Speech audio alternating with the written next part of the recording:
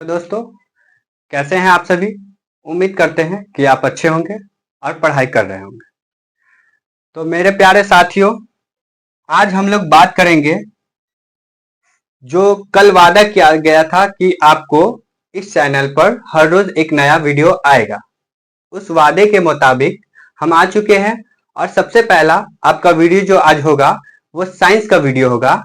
और साइंस में भी वीडियो होगा जो सब्जेक्टिव और ऑब्जेक्टिव दोनों होता है, बट उसमें से हम लोग आज लेकर आए हैं पहला वीडियो जो होगा वो ऑब्जेक्टिव होगा।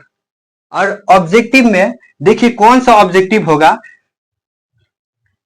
बिहार बोर्ड जो होते हैं उसका मैट्रिक परीक्षा का 2025 में जो मोस्ट वीवीआई क्वेश्चन हो, जो वीवीआई क्वेश्चन हो या बोर्ड मॉडल क्वेश्चन जो हो, उसको लेकर आए हैं। और उसमें भी ये चैप्टर कौन होगा बुआ, या चैप्टर देख लीजिए आप कौन सा होने वाला है, या सब्जेक्ट देख लीजिए कौन सा होने वाला है। ठीक है, तो सबसे पहले हम सब्जेक्ट की बात कर लें कि सब्जेक्ट जो होंगे वो केमिस्ट्री होगा हमारा। ठीक है, तो केमिस्ट्री में भी कौन से क्वेश्चन है उसको जानते हैं कि क्या होने वाला है और क्या खास होने वाला है। तो इसमें पहला तो आपको रहेगा बुक का, सारे क्वेश्चन रहेंगे बुक से निचोड़ किया गया है। केमिस्ट्री 1 लेसन से लेकर, पहला लेसन से लेकर आपको लास्ट लेसन तक का सारे बुक का वही ऑब्जेक्टिव क्वेश्चन को यहां पर डाला गया है, जो आपके मैट्रिक बोर्ड परीक्षा में काफी इंपॉर्टेंट रहने वाला है। तो यहां पर देखेंगे बुक तो हो ही जाएगा हमारा, साथ में क्वेश्चन बैंक से वो क्वेश्चन को उठाया गया है, लिया गया है जो एकदम निचोड़ है। यही एकदम आपको कॉपी कलम पर लेकर बैठना है और ट्राई करना है कि देखना है कि यह वास्तव में निचोड़ है या नहीं है, क्वेश्चन बैंक का है या नहीं है। तो आपको खुद पता चल जाएगा और सेटिस्फाइड खुद हो जाएंगे। तो चलते हैं आगे इसके साथ। देखिए यहां पर लिखा हुआ टॉप 40 ऑब्जेक्टिव क्वेश्चन। ठीक है, और एक एक प्रश्न को आपको रटना, मतलब क्या होना है कि समझ समझ कर पढ़ना है, ना कि रट लेना है। ठीक है, देखिए पहला क्वेश्चन हमारा आ चुका है बोर्ड पर कि लिटमस विलियन बैगनी रंजक होता है जिसमें से निकाला जाता है। ठीक है, तो लिटमस विलियन जो होते हैं आपको समझना है कि लिटमस विलियन में से बैंगनी रंजक को निकालना है, और कुछ नहीं पूछ रहा। क्वेश्चन सिर्फ पढ़िए अच्छे से और आपको पता चल जाएगा। अगर आपको याद नहीं है तो घबराने की जरूरत नहीं है।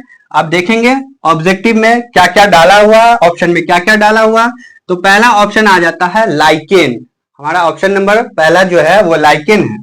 ऑप्शन नंबर 2 में है लाल पत्ता गोभी, और ऑप्शन नंबर सी में जो है यानी 3 में हल्दी है। चौथा ऑप्शन जो है पिटूनिया फूल है। ठीक है बच्चों, तो इसमें हम ज्यादा कुछ नहीं बोलेंगे और आपको बता दें कि इसका जो राइट आंसर होगा वो राइट आंसर क्या होता है। लिटमस विलियन बैगनी रंजक से हमेशा क्या निकाला जाता है बच्चों, तो लाइकेन निकाला जाता है। ऑप्शन नंबर ए जो है वो हमारा राइट आंसर होगा।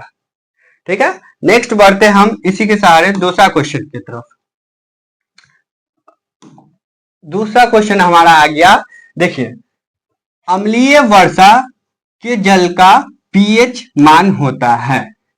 देखिए पीएच मान बहुत तरीके होते हैं, आपको पता होगा हर चीज का एक पीएच मान होता है। यहां पर पीएच मान पूछा जा रहा है अम्ल वर्षा का।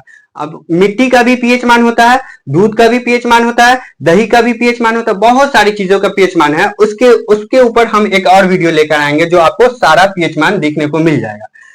तो यहां पर हमारा जो क्वेश्चन है अम्लीय वर्षा का और जल का पीएच मान है। तो पहला ऑप्शन आ गया ऑप्शन नंबर ए में 5.6। ऑप्शन नंबर बी में आता है 5.6 से कम, और सी में है 5.6 से अधिक, और लास्ट ऑप्शन जो है वो 7 है। तो आपको इसमें दिख रहा होगा, अगर आंसर पता है तो करेक्ट आंसर कमेंट में जल्दी जल्दी लिख सकते हैं। अदरवाइज आपको हम बता दें कि इसमें राइट आंसर जो होगा अम्लीय वर्षा का जल का पीएच मान हमेशा क्या होता है, 5.6। ये हमारा राइट ऑप्शन ए हो जाएगा। ठीक है, अब नेक्स्ट क्वेश्चन की तरफ हम चलते हैं। नेक्स्ट क्वेश्चन आ गया आपका बोर्ड पर कि किसी भी उदासीन विलियन का पीएच मान होता है। ठीक है, तो अब यहाँ पर हम अभी बात किए, जस्ट पहले एक क्वेश्चन बात किए थे कि वहां पर अम्ल वर्षा का पीएच मान था। अब यहाँ पर हमारा क्वेश्चन क्या आ गया, उदासीन विलयन का पीएच मान। हम पहले ही आपको बता दिए बहुत सारे का पीएच मान होता है, ठीक है। तो यहाँ पर देखेंगे ऑप्शन हमारा है 5, 7, 14 और 11।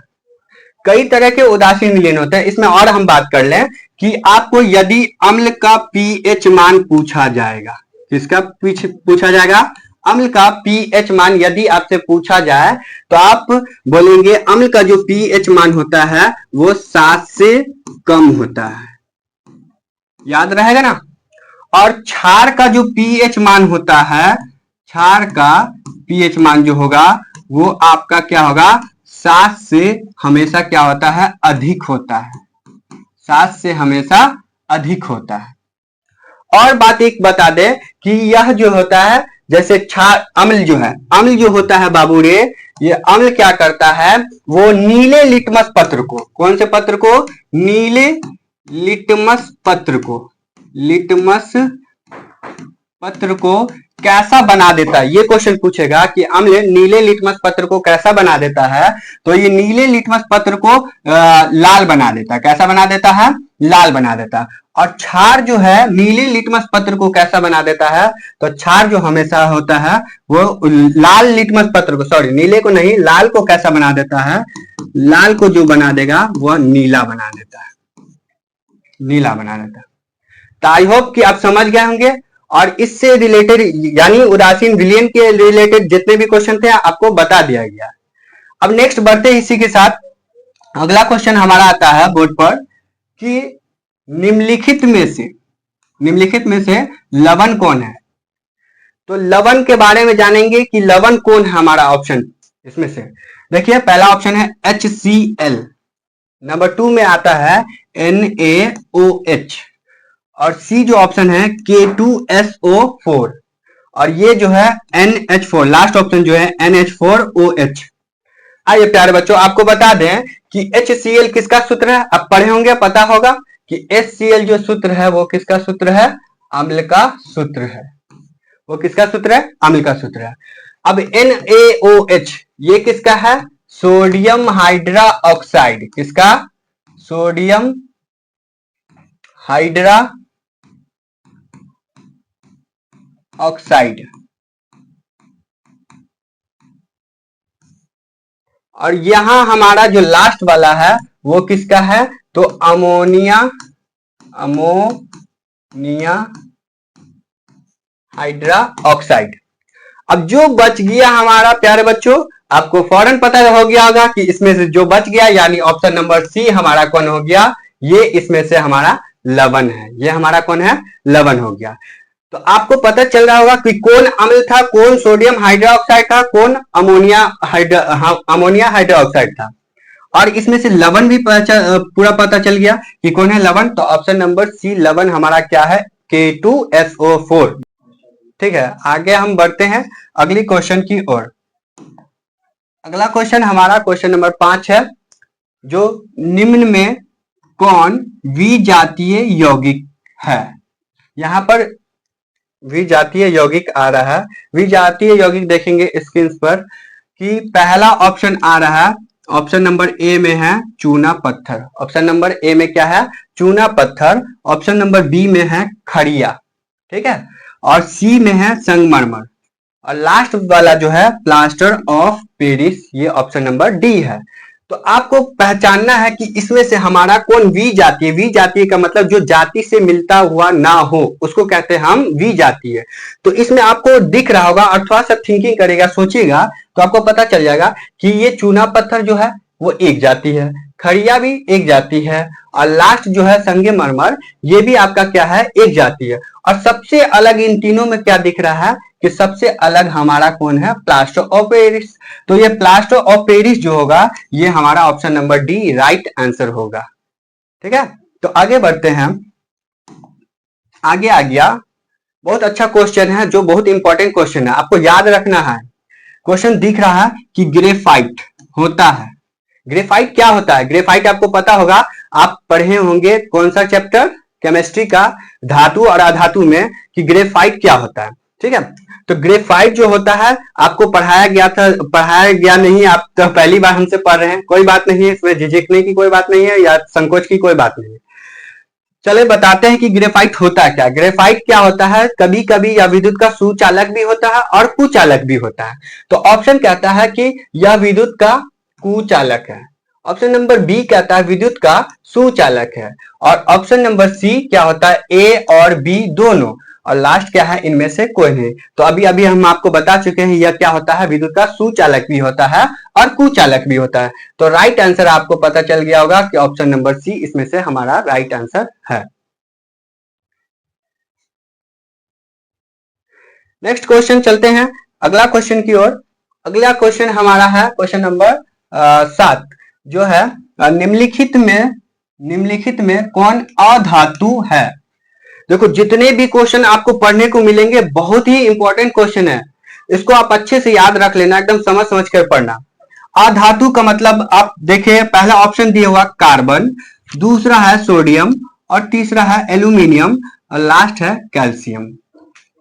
तो अधातु का मतलब होता है, आपको पता होगा कि धातु और अधातु का परिभाषा थोड़ा सा बता देते हैं कि धातु क्या होते हैं, वे जो ठोस पदार्थ, तन्यता और जो आघातवर्ध हो या जो विद्युत का सुचालक होता है, ठीक है, उष्मा और विद्युत का सुचालक होता है, उसको हम धातु कहेंगे।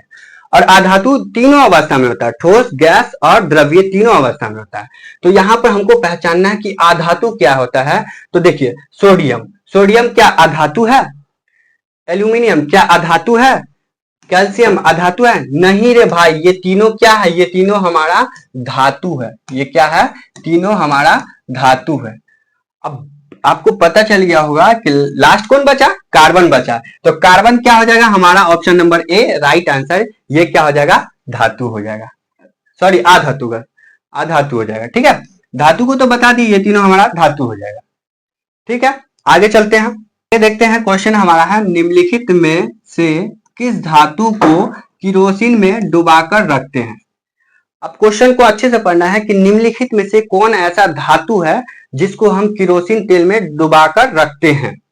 ठीक है, अब देखिए ऑप्शन ए है पारा, ऑप्शन नंबर बी है सोडियम और सी है तांबा और सोना लास्ट ऑप्शन है। ठीक ना, तो आपको याद रखना है कि किरोसिन तेल में किसको डुबाकर रखा जाता है और वो क्या है, धातु है। ठीक है, और इसको क्यों रखेंगे वो भी बताएंगे अभी आपको। ठीक है, तो आपको इसमें चुनना है कि कौन ऐसा धातु है। तो ऑप्शन नंबर सब देख चुके हैं, इसमें से जो राइट आंसर होगा हमारा वो क्या होगा, सोडियम होगा। और सोडियम को डिनोट क्या चीज से करते हैं, सूचित क्या करते हैं, Na, क्या करते हैं, Na। ठीक है, इसकी परमाणु संख्या यदि आपसे पूछा जाए तो 11 होता है। इसकी परमाणु संख्या आपको याद रखना है, इसको पहले सूचित क्या चीज से करते हैं, Na यानी सोडियम, और इसकी परमाणु संख्या 11। अब सोडियम को किरोसिन में क्यों डुबा कर रखेंगे हम, ऐसा क्या है इस धातु में जिसको हम किरोसिन तेल में डुबा कर रखते हैं, क्योंकि ये अत्यधिक क्या होता है, दहनशील पदार्थ होता है, इसलिए हम इसको क्या करते हैं, धातु में डुबो कर रखते हैं। एक और आपको क्वेश्चन पूछेगा सोडियम से रिलेटेड कि इसको क्यों डुबा कर रखेंगे, और ये क्या होता है, ये एकदम कमजोर होता है। क्या होता है, कमजोर होता है, इसको आसानी से हम चाकू से काट सकते हैं, आसानी से चाकू से इसको क्या कर सकते हैं, तो काटा भी जा सकता है। याद रखना है, इतने सारे ऑब्जेक्टिव आपको एक क्वेश्चन से देखने को मिलेगा। ठीक है, आगे बढ़ते हैं हम नेक्स्ट क्वेश्चन की ओर। अगला हमारा क्वेश्चन आ गया, कौन सा अधातु है जो कमरे के ताप पर द्रव होता है। क्वेश्चन अच्छे से याद रखना है, कौन सा अधातु है जो कमरे के ताप पर द्रव अवस्था में होता है। देखेंगे ऑप्शन, पहला कहता है ब्रोमीन, दूसरा कहता है पारा और तीसरा है तांबा, चौथा एल्यूमिनियम। याद रखना है, अधातु पूछ रहा है क्वेश्चन, तो अधातु कौन होगा, ऑप्शन नंबर ए होगा, जो हमारा क्या होगा, ब्रोमीन जो है वो अधातु है। अगर यहाँ पर धातु पूछता तो ये सभी क्या है, धातु है, बाकी ये सभी क्या है, अधातु। अधातु सिर्फ हमारा क्या है, ब्रोमीन अधातु है। राइट आंसर हमारा ऑप्शन नंबर ए, ब्रोमीन क्या होगा, अधातु। ठीक है, आगे चलते हैं हम नेक्स्ट क्वेश्चन की ओर। नेक्स्ट क्वेश्चन बहुत अच्छा क्वेश्चन है, कहता है सबसे कठोर प्राकृतिक पदार्थ जो है वो क्या है, इसमें से चुनना है। पहला ऑप्शन ए है लोहा, ऑप्शन नंबर बी सोना और सी क्या है, चांदी और लास्ट क्या है, हीरा। तो कठोर का मतलब जो सबसे मजबूत होता है, जो शक्तिशाली होता है, वो सबसे कठोर तत्व पदार्थ कौन है? तो आपको याद रखना है कि सबसे कठोर पदार्थ जो है इसमें ऑप्शन नंबर हमारा कौन है? तो ये क्या है? हीरा। ऑप्शन नंबर डी जो है ये राइट आंसर होगा। हीरा जो है सबसे कठोर पदार्थ होता है। आगे ले चलते हैं हम आपको 11वें क्वेश्चन की ओर। नेक्स्ट क्वेश्चन हमारा आ गया। देखिए क्वेश्चन कहता है कि हीलियम, हीलियम कैसा तत्व है? हीलियम कैसा तत्व है? तो याद रखना है, इसमें देखना है पहले कि कौन सा तत्व है। ठीक है, ऑप्शन ए में कहता है अक्रिय, और ऑप्शन नंबर बी में कहता है क्रियाशील, और सी क्या है? सक्रिय। लास्ट ऑप्शन कहता है उदासीन। तो आप देखें और इसमें फौरन पकड़े कि कौन सा क्या है? अक्रिय। हीलियम कौन सा तत्व है, कैसा तत्व है, उसको देखना है। तो इनमें हमारा जो राइट आंसर होगा, हीलियम कैसा होता है? तो हमेशा अक्रिय तत्व रहता है। ऑप्शन नंबर ए जो होगा हमारा वो राइट आंसर होगा। ठीक है, आगे चलते हैं। हाँ, बहुत ही अच्छा क्वेश्चन, प्यारा सा क्वेश्चन है। कहता है कि सिलिका क्या होता है, या सिलिका क्या है, या इसके अलावा आपको पूछेगा कि सिलिकन क्या है। ठीक है, तो हम इसमें देखेंगे ऑप्शन क्या कह रहा है, धातु या फिर अधातु या उपधातु, या लास्ट क्या है, ऐसा कोई नहीं, या इनमें से कोई भी नहीं है। ठीक है, तो पहचानना कि सिलिका जो होता है हमेशा, सिलिका जो हमेशा होता है वो क्या होता है, वो उपधातु होता है। कैसा होता है? ऑप्शन नंबर सी जो है ये हमारा राइट आंसर होगा। सिलिका क्या होता है? उपधातु होता है। आगे चलते हैं। अगला क्वेश्चन है कि देखिए सोडियम की परमाणु संख्या है। तो अभी इससे पहले हम कुछ देर पहले आपको बताए थे सोडियम की परमाणु संख्या। अब देखेंगे इनमें कौन है सोडियम की परमाणु संख्या। ऑप्शन नंबर ए में क्या है? 11, बी में 14, और सी में क्या है? 17, और लास्ट क्या है? 20। ठीक है, तो ऑप्शन आपको पता ही होगा, कुछ देर पहले पढ़ा है। अगर नहीं पता है तो देखिए इसमें सोडियम की परमाणु संख्या होता है क्या, या नहीं? ये होता है क्या? नहीं होता, ये भी नहीं होता है। तो ऑप्शन ए जो हमारा होगा राइट आंसर क्या होगा? 11, सोडियम की परमाणु संख्या। नेक्स्ट क्वेश्चन आते हैं। नेक्स्ट क्वेश्चन कहता है कि सोने की परमाणु संख्या क्या है, या फिर सोने की परमाणु संख्या होता क्या है। ठीक है, ऑप्शन ए कहता है कि 29, ऑप्शन नंबर बी 89, और 79, ऑप्शन नंबर सी, और लास्ट ऑप्शन क्या है? 39। ठीक है, तो सोने की परमाणु संख्या देखना है कि सोना जो है हमारा जो गोल्ड है उसका कितना परमाणु संख्या होता है। तो सबसे पहले बता दें कि इसमें राइट आंसर कौन होगा, और उसके बाद एक और चीज बताते हैं इसके बारे में कि इसमें जो हमारा राइट आंसर होगा वो ऑप्शन नंबर सी होगा राइट आंसर, यानी 79 जो होता है वो सोने की परमाणु संख्या होती है। और पूछा जाएगा कि 1 ग्राम सोना से 1 ग्राम सोना से कितने तार खींचा जा सकता है। तो 2 किलोमीटर तक की तार को इसको खींच सकते हैं 1 ग्राम सोना से। याद रखेंगे ना, बहुत इंपॉर्टेंट क्वेश्चन होता है। ठीक है, ठीक है, आगे चलते हैं। नेक्स्ट हमारा क्वेश्चन है कैल्शियम की परमाणु संख्या है। देखिए ज्यादातर परमाणु संख्या पूछ रहा सबका, तो याद रखना है परमाणु संख्या बहुत इंपॉर्टेंट होने वाला है। ठीक है, पहला ऑप्शन आ गया, ऑप्शन नंबर ए में 12, ऑप्शन नंबर बी में 18, और सी में है 20, और लास्ट ऑप्शन 25। ठीक है, तो आपको पता होना चाहिए कि कैल्शियम यानी कि सी ए इसका क्या होता है, इसको सूचित करते हैं। सी ए से क्या करते हैं, इसको सूचित करते हैं। तो कैल्शियम की परमाणु संख्या क्या होती है? कैल्शियम की संख्या इसमें से परमाणु संख्या जो होगा वो option number C right answer होगा, यानी 20 होती है। आगे चलते हैं अगला क्वेश्चन की ओर। अगला क्वेश्चन आ गया लोहे की परमाणु संख्या। लोहे की परमाणु संख्या इनमें कौन है, या फिर लोहे की परमाणु संख्या कौन होती है। देखिए ऑप्शन नंबर ए में है 23 यानी 23, और बी में है 26 और सी में 25 और डी में है 24। ठीक है, तो लोहा देखना, सबकी परमाणु संख्या आ रही है बारी बारी से, बट इसमें लोहे की परमाणु संख्या जो होता है वो होता है कौन? ऑप्शन नंबर बी यानी 26। लोहे की परमाणु संख्या क्या होती है? 26। ठीक है, आगे चलते हैं। अगला क्वेश्चन है कि जस्ता का अयस्क इनमें से कौन है, या फिर जस्ता का अयस्क क्या होता है या क्या है। ठीक है, पहला आता है ऑप्शन सिनाबार, उसके बाद जिंक ब्लेड, और उसके बाद बॉक्साइट, और लास्ट क्या है सोडियम क्लोराइड।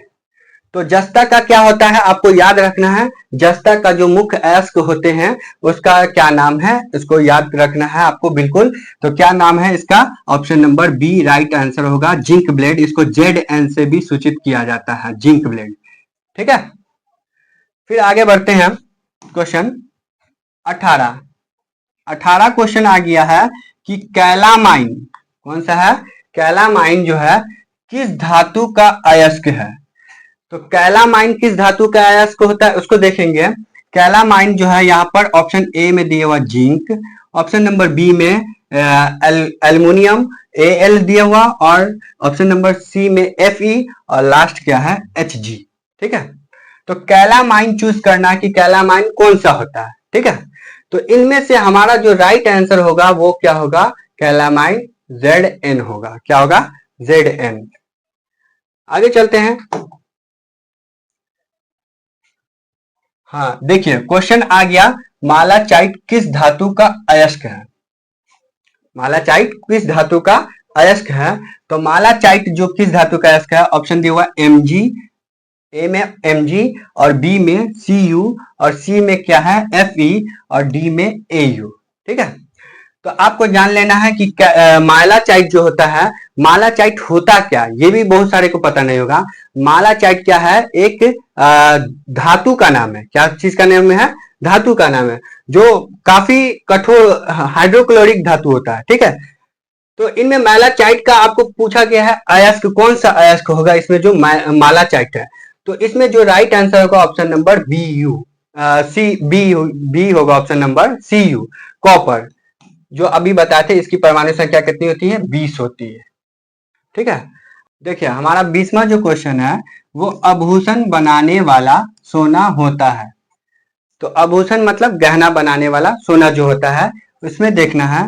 पहला ऑप्शन कहता है 24 कैरेट, दूसरा कहता है 16 कैरेट, तीसरा कहता है 22 कैरेट, और लास्ट जो है वो 15 कैरेट का। तो सोना आपको पता है कि सोना कितने कैरेट का होता है, शुद्ध सोना कितने कैरेट का होता है, तो वो होता है 24 कैरेट का, 24 कैरेट का। ठीक है, और सोने की परमाणु संख्या भी बताया गया है 79। चलिए आइए, तो ऑप्शन राइट जो आंसर होगा इसमें आभूषण का मतलब होता है जिसमें कुछ मिक्स किया जाए तभी जाकर शुद्ध सोना में कुछ मिलाएंगे तभी कुछ गहना बनेगा। तो ये हमारा जो राइट आंसर होगा ऑप्शन नंबर सी 22 कैरेट का होता है। आगे चलते हैं अगला क्वेश्चन की ओर।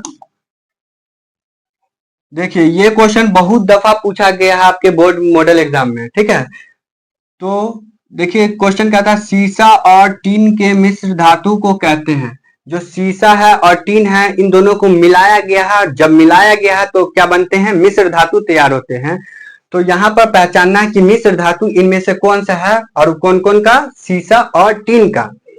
तो ऑप्शन ए है सोल्डर, बी है स्टील, और सी क्या है गन मेटल, और लास्ट क्या है उपधातु। तो सीसा और टीन का मिश्र धातु जो होता है इसमें राइट आंसर हमारा होगा सोल्डर, ऑप्शन नंबर ए। ठीक है, आगे चलते हैं।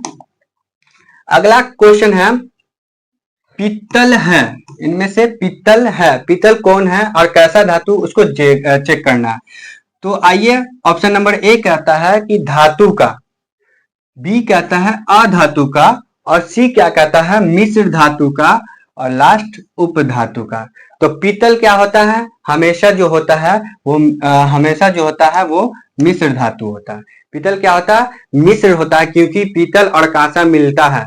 ठीक है, इसलिए ये क्या कहलाता है, मिश्र धातु कहलाता है। आगे चलते हैं। आगे है क्वेश्चन 23वां कि लोहा को जिंक से लेपित करने की क्रिया को क्या कहेंगे या क्या कहते हैं। ठीक है, तो ऑप्शन ए कहता है कि संक्षारण, बी कहता है गैल्वेनीकरण, या सी कहता है पानी चढ़ाना, या डी कहता है विद्युत का अपघटन। तो हम लोहा को जब लेपित करेंगे तो वो कौन सी क्रिया कहलाएगी। ठीक है, तो आप पढ़ चुके होंगे या नहीं पढ़े हैं तो आपको याद होना चाहिए कि उस क्रिया को हम क्या कहते हैं, गैल्वेनीकरण कहते हैं। जब लोहा पर कोई जिंक की परत चढ़ा जाएंगे या लेपित की जाएगी तो उसको कहेंगे गैल्वेनीकरण कहते हैं। नेक्स्ट क्वेश्चन की तरफ चलते हैं। क्वेश्चन आ गया हमारा 24वां कि निम्न में से किस हाइड्रोकार्बन में 3 आबंधन होते हैं। बंधन वाले क्वेश्चन है। देखिए इसमें कितने आबंधन है, 3 आबंधन की क्वेश्चन पूछा जा रहा है हाइड्रोकार्बन में। सब में देखिए इसमें CH4 दिया हुआ, CH क्या दिया हुआ 4, और इसमें C2H6 दिए हुए हैं, और इसमें कितने दिए हुए हैं, C3H4 दिए हुए हैं, और लास्ट वाला जो ऑप्शन है C3 और H8 दिए हुआ है। ठीक है, तो हाइड्रोकार्बन की बात कर रहा है। हाइड्रोकार्बन में कितने आबंधन, तो 3 आबंधन खोजना है। तो सबसे पहले देखिए हाइड्रोकार्बन में यहाँ पर कितने हैं, 1 है। ठीक है, 1 छिपा हुआ, यहाँ पर 2 है, और यहाँ पर भी 3 है, और यहाँ पर भी 3 है। तो इसमें जो हमारा जो राइट आंसर होगा हाइड्रोकार्बन का आबंधन का 3 वाला जो होता है वो हमारा ऑप्शन नंबर सी होगा। ठीक है, आगे चलते हैं। अगला क्वेश्चन आता है कि कार्बन के कितने रवादार अपरूप होते हैं। कार्बन के कितने रवादार अपरूप होते हैं, तो ऑप्शन ए है 1, ऑप्शन नंबर बी में 2, ऑप्शन नंबर सी में 3, और लास्ट क्या है 4। ये 4 ऑप्शन है रवादार, यानी कार्बन के रवादार का मतलब एक और होता है इसका अपरूपी अवस्था। कौन सी अवस्था, अपरूपी अवस्था।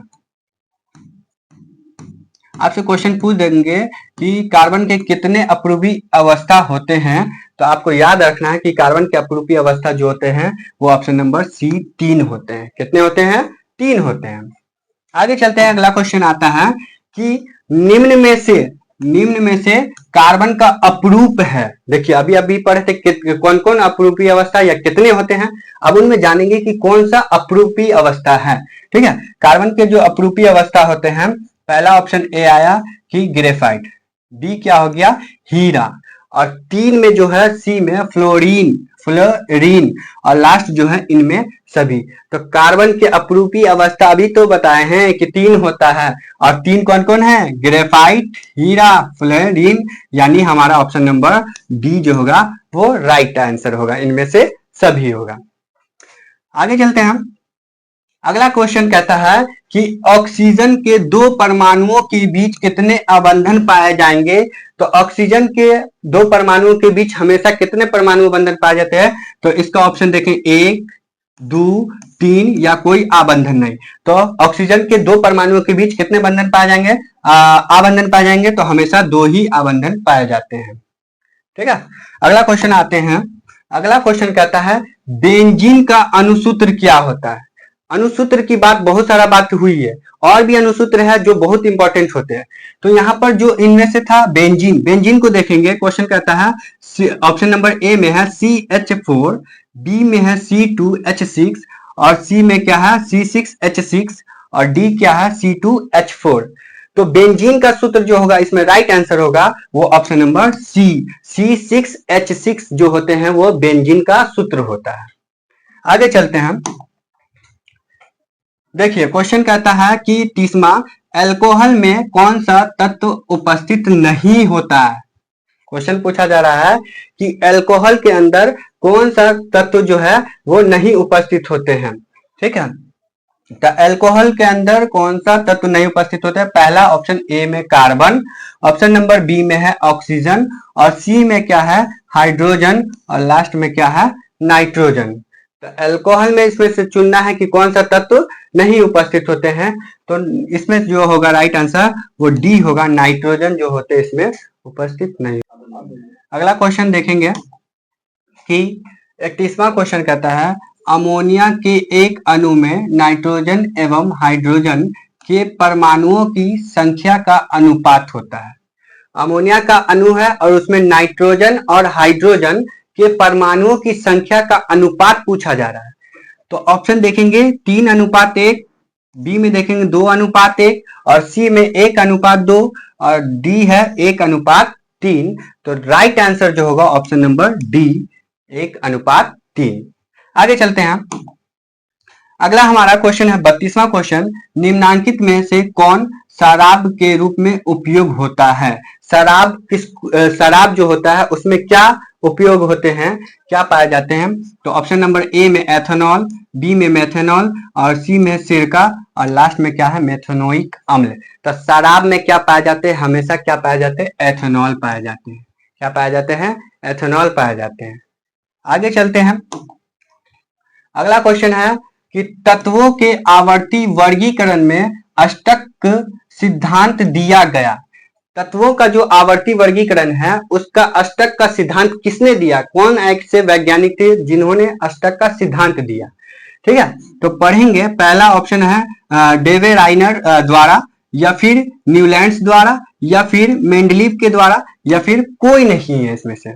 तो हम देखेंगे कि आवर्ती वर्गीकरण का अष्टक का सिद्धांत कौन किया था। आप चैप्टर पढ़ेंगे तो आपको पता चल जाएगा। इसमें जो अष्टक का सिद्धांत किया था वो न्यूलैंड्स के द्वारा किया गया था। ऑप्शन नंबर बी हमारा राइट आंसर होगा। आगे चलते हैं हम। मेंडलीव के आवर्त सारणी में वर्गों की संख्या कितनी होती है? तो आपको पूछा जा रहा है वर्गों की संख्या मेंडलीव के। याद रखना है किसकी संख्या? वर्गों की संख्या। तो देखें ऑप्शन ए में 10, 9 और 8 या 7, इनमें से कौन ऑप्शन होगा? फटाफट कमेंट करें। देखिए ऑप्शन वर्गों की संख्या पूछा जाएगा तो वो जो होगा ऑप्शन नंबर सी, 8 वर्गों की संख्या होती है। इसके अकॉर्डिंग एक और क्वेश्चन आने वाला जो आगे बताते हैं। देखिए आ चुका 35वां क्वेश्चन। आवर्त सारणी के शून्य समूह का तत्व होता है। आवर्त सारणी जो हो उसमें जो शून्य समूह का जो है उसमें कितने तत्व होते हैं? ठीक है, तो पहला दिया हुआ कौन सा तत्व होते हैं? तो वो होता है H है, या फिर हाइड्रोजन है, या फिर हीलियम है, या कार्बन डाइऑक्साइड है, या कैल्शियम क्लोराइड है। ठीक है, तो आपको देखना आवर्त सारणी के समूह के तत्व जो होते हैं वो शून्य के समूह के तत्व जो होते हैं वो कौन होते हैं? तो ऑप्शन नंबर बी हीलियम जो होता है वो शून्य समूह का तत्व होता है। आगे चलते हैं हम। आ गया क्वेश्चन जो उससे पहले पढ़े थे। आधुनिक आवर्त सारणी में बाईं से दाईं ओर जाने पर साइज इसका क्या हो जाता है? याद रखना आधुनिक आवर्त सारणी के बाईं की तरफ से दाईं ओर जाने पर उसका साइज में क्या परिवर्तन आता है? तो याद रखेंगे, देखेंगे पहला ऑप्शन कहता है बढ़ता है, या फिर घटता है, या अपरिवर्तित रहता है, या फिर लास्ट इनमें से कोई नहीं होगा। तो जब हम बाईं से दाईं की ओर जाएंगे तो वो क्या हो जाता है? वो घटने लगता है। अगर यही बात पूछा जाता है कि दाईं से बाईं की ओर जाने पर, दाईं से बाईं की ओर जाने पर क्या होता है, तो वहां पर हमारा क्या हो जाता? बढ़ जाता। Option number A right answer हो जाता। ठीक है, बट यहां पर हमारा राइट आंसर क्या होगा? घटता है, बी। आगे चलते हैं। अगला नेक्स्ट हमारा क्वेश्चन कहता है कि 37वां आवर्त सारणी में कितना आवर्त होता है? आवर्तों की संख्या पूछी जा रही है आवर्त सारणी में, जो होता है ए में देखिए 7, बी में 9 और सी में 8 और लास्ट क्या है? 12। तो आवर्त सारणी के वर्गों की संख्या पता हो चुका आपको। ये दोनों भी बहुत इंपॉर्टेंट होता है। वर्गों की संख्या 8 था, तो आवर्त की संख्या कितनी होगी? आवर्त की संख्या जो होती है वो 7 होती है। ऑप्शन नंबर ए जो हमारा राइट आंसर होगा। आगे चलते हैं। कहता है फ्लोरीन की परमाणु संख्या क्या होती है? आ गया फिर से परमाणु संख्या। तो फ्लोरीन की परमाणु संख्या इसमें से देखेंगे, पहला क्या होता है?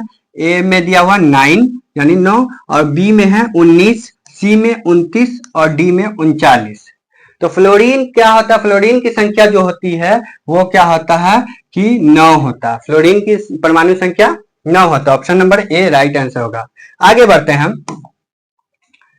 आगे है 39वां क्वेश्चन। ये भी क्वेश्चन बहुत इंपॉर्टेंट क्वेश्चन होता है, हमेशा पूछा जा चुका है। अब पूछा जाता है, क्वेश्चन कहता है कि चींटी के डंक में कौन सा अम्ल पाया जाता है? चींटी जो होता है, या आपको क्वेश्चन पूछ देगा लाल चींटी के डंक में कौन सा अम्ल पाया जाता है। तो अम्ल की बात पढ़ना, अम्ल कई तरह के होते हैं। ठीक है, तो देखिए ऑप्शन नंबर ए क्या कहता है? एथेनाइक अम्ल, बी में है सिट्रिक अम्ल, और सी में है मेथोनाइक अम्ल, और डी में है ऑक्जेलिक अम्ल। तो आपको याद रखना है कि चींटी जो है उसके डंक में कौन सा अम्ल पाया जाएगा, तो वो जो होता है मेथोनाइक अम्ल पाया जाता है। Option number C. इसका एक और नाम रहता है फॉर्मिक अम्ल होता है। कौन सा नाम होता है, फॉर्मिक अम्ल भी इसको कहते हैं। अगर ये भी ऑप्शन में रहा है तो आप इसे भी टिक कर सकते हैं। ठीक है, लास्ट हम देखेंगे आगे, हमारा लास्टवा क्वेश्चन देखेंगे क्या है। लास्ट है मैग्नीशियम की परमाणु संख्या 12 है, इसकी संयोजकता क्या होगी। हाँ, मैग्नीशियम है उसकी परमाणु संख्या दिया हुआ है हमको, कितना दिया हुआ 12 है, और इसकी जो संयोजकता पूछ रहा है कि क्या होगी। तो देखिए ऑप्शन नंबर ए में क्या है 1, बी में 2 और सी में 3 और लास्ट क्या है 4 है। तो आप फटाफट कमेंट करें कि लास्ट में हमारा इसका आंसर कौन होगा, राइट आंसर कौन देते हैं, देखेंगे। वैसे तक आप कमेंट में इसका आंसर दे रहे हैं तो आपसे बात कर लेते हैं थोड़ी देर, थोड़े सा वक्त लेंगे आपका। देखिए बाबू, आपको ये वीडियो अगर आपको थोड़ा सा भी पसंद है या आपको लगता है कि ये मेरा ऑब्जेक्टिव काफी इंपॉर्टेंट होने वाला है एग्जाम में, तो आप दोस्तों में इसको खूब ज्यादा शेयर करेंगे। और अगर कुछ इसमें कमी लगी होगी तो आप कमेंट में हमको जरूर बोल सकते हैं कि हाँ सर जी ये प्रॉब्लम आई है हमको। ठीक है, और जो भी होगी उसको हम लोग सोल्यूशन पूरा करेंगे और उसको सॉल्व करेंगे, अच्छे से अच्छे कंटेंट आपके सामने रखेंगे। अगर आपको ये सभी जितने भी ऑब्जेक्टिव है इसका क्वेश्चन का आपको चाहिए पीडीएफ, तो आपको यूट्यूब के डिस्क्रिप्शन में जाना है और वहां पर व्हाट्सएप का लिंक दिया रहेगा। उस लिंक के द्वारा आप इसको क्या कर सकते हैं, प्राप्त कर सकते हैं, पीडीएफ निकलवा सकते हैं। आप इसको याद करके एकदम अच्छे से रख सकते हैं। तो इसका आइए आपको बता दें कि जो 40 क्वेश्चन था ये लास्ट क्वेश्चन था हमारा, और इसमें राइट आंसर जो होगा वो परमाणु की संख्या का क्या पूछा, संयोजकता पूछा। तो इसमें right answer option number B जो होगा 2 होता है हमेशा। तो अगर आपको मेरा वीडियो अच्छा लगा हो तो लाइक करें, सब्सक्राइब करें, चैनल के बेल आइकन को दबाएं और फॉरवर्ड करें यानी शेयर करें खूब ज्यादा।